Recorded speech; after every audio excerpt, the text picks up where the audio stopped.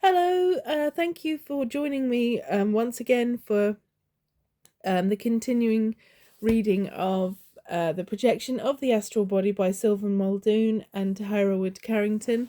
I apologise for the delay. I give no excuses, only that I've been unwell and resting.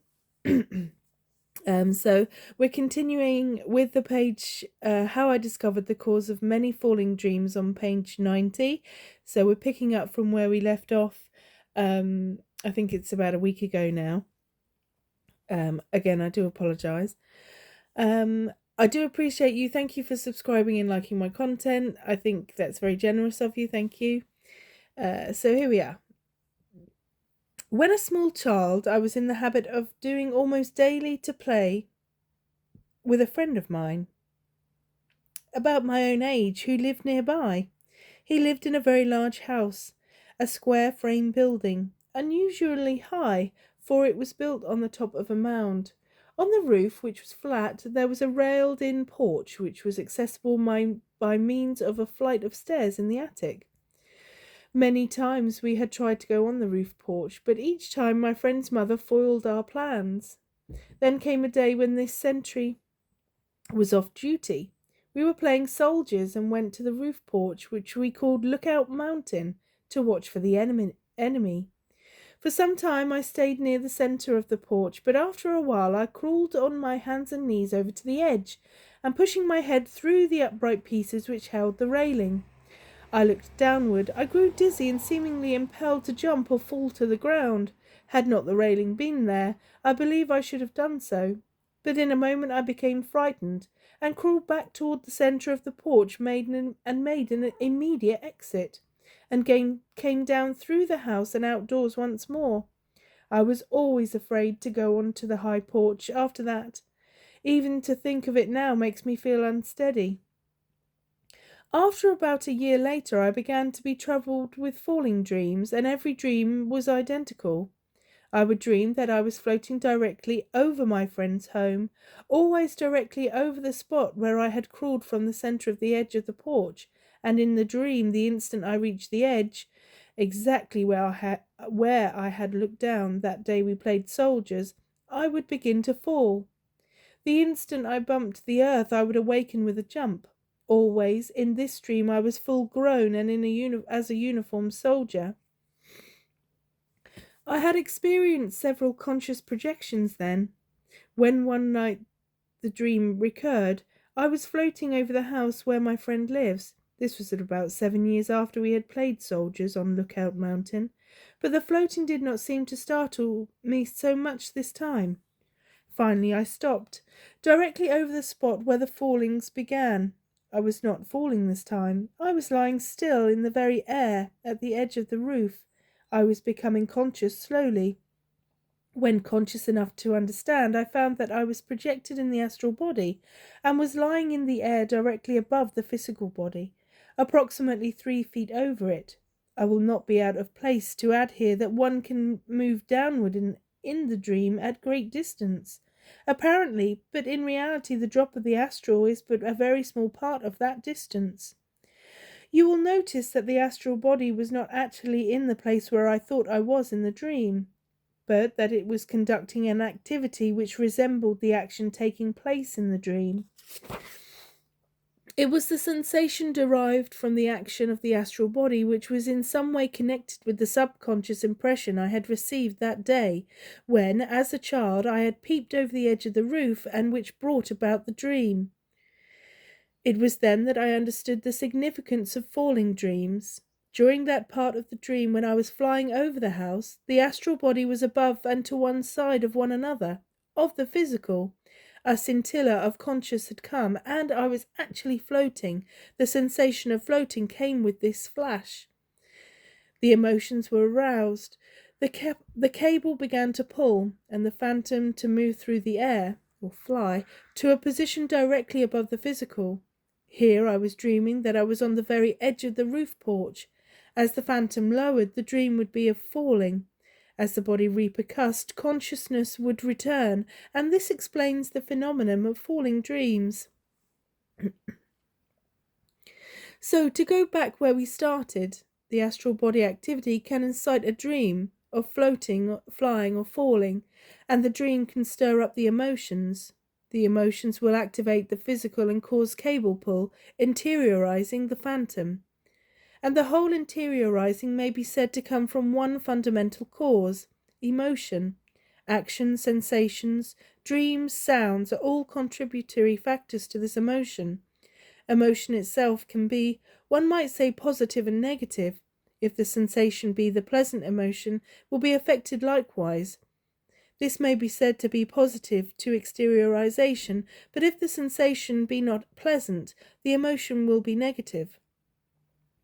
Usually what causes negative emotion while the phantom is floating is the process of awakening. If the subject were to experience a dream of floating, while the astral body really was floating, and this dream was of something pleasing, something he enjoyed, say, of being an aviator, the sensation would cause a pleasant emotion, and the consciousness would not be so apt to intervene. In such a state the subject would have a pleasant flying dream, and the astral would be induced to move out rather than in. This would be an emotion positive to exteriorization.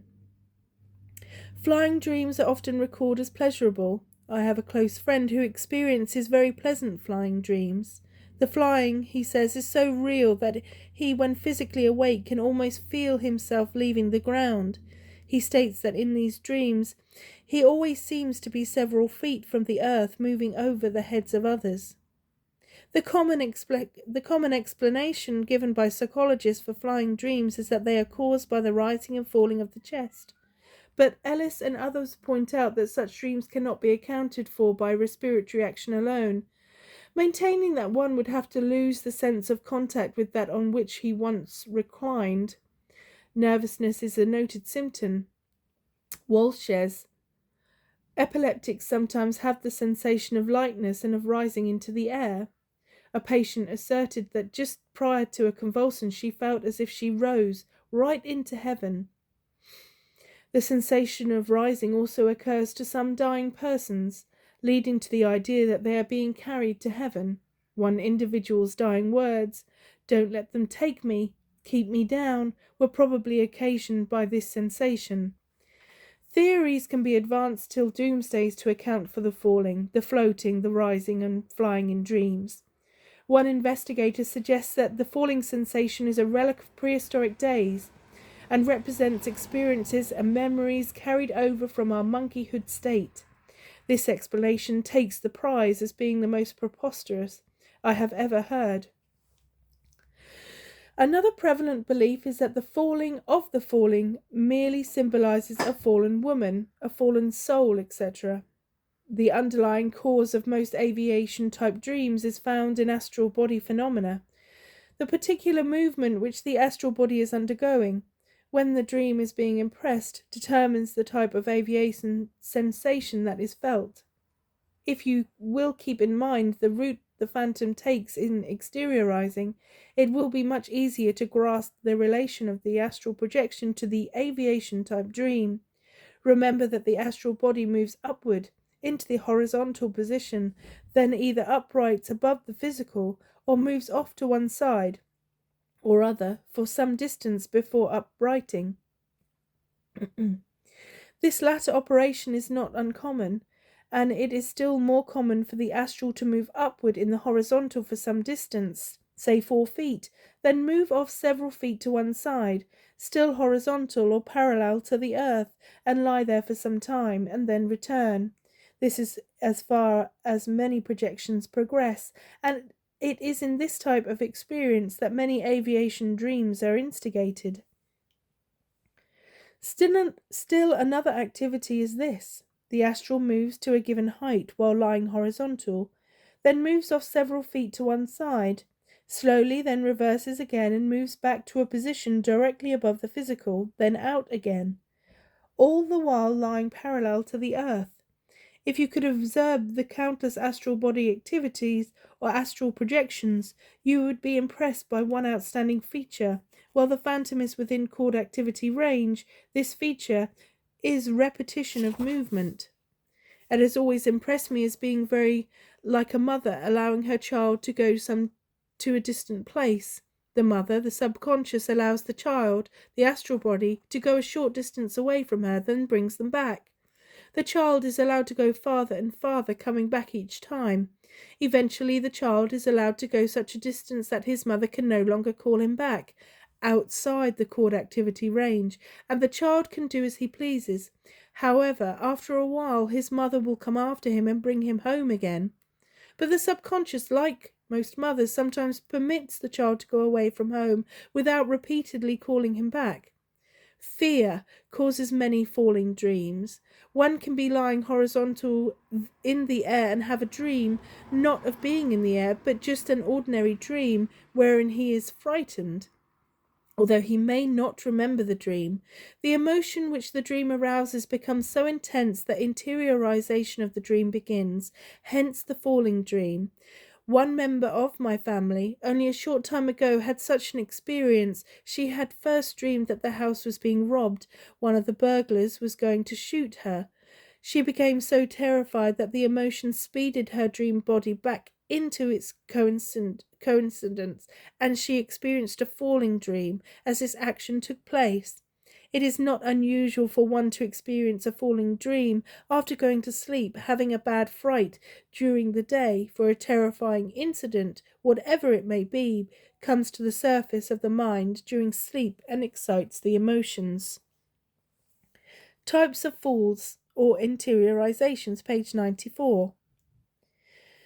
There are three distinct ways in which the astral body interiorizes, whether the subject be conscious, unconscious, or partially conscious. In other words, three falls. These are 1. The spiral fall, 2. The straight fall, 3. The slow vibratory fall. Sometimes the astral comes in from the side, but this is not a fall. Of this more later. See the dream of being drawn towards a phantasmal object. We experience the first two of these falls in our falling dreams. The third one we undergo every night during sleep, and is in the normal method of interiorization. The straight fall results in a violent repercussion, for the astral body drops straight down into the physical mechanism. In the spiral drop, the astral body falls with a spiral motion, and, while there is repercussion, it is not of the more violent type, such as accompanies the straight drop.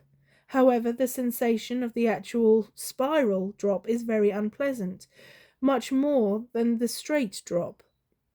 At all other times, except when the body is drawn in from one side, the double descends into the physical mechanism slowly, the entire organism vibrating upward and downward, and it coincides with ease. This is the normal, perfectly controlled interiorization. The causes of the different falls. What causes these different falls? This question came to my mind many years ago, and through the sheer experience I discovered that the conscious will can cause the astral body to become more subject to gravitation, if exercised in that direction, and less subject to gravitation, if so willed. I noticed also that the subconscious will can cause the astral body to move quite independently of the conscious will. I also observed that emotion will usually cause the controlling intelligence to make the astral body more subject to gravity. Thus, within cord activity range, emotion has a double effect. First, emotion brings about greater vital activity in the physical body through the cable, causing the astral body to be drawn back toward the physical. Second, emotion usually causes the astral body to be more subject to the law of gravitation.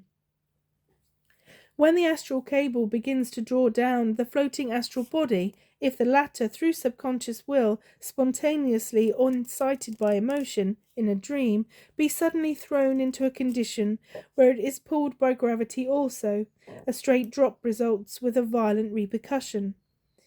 In the spiral drop we have one force working against the other, instead of both of them working together, as in the straight drop.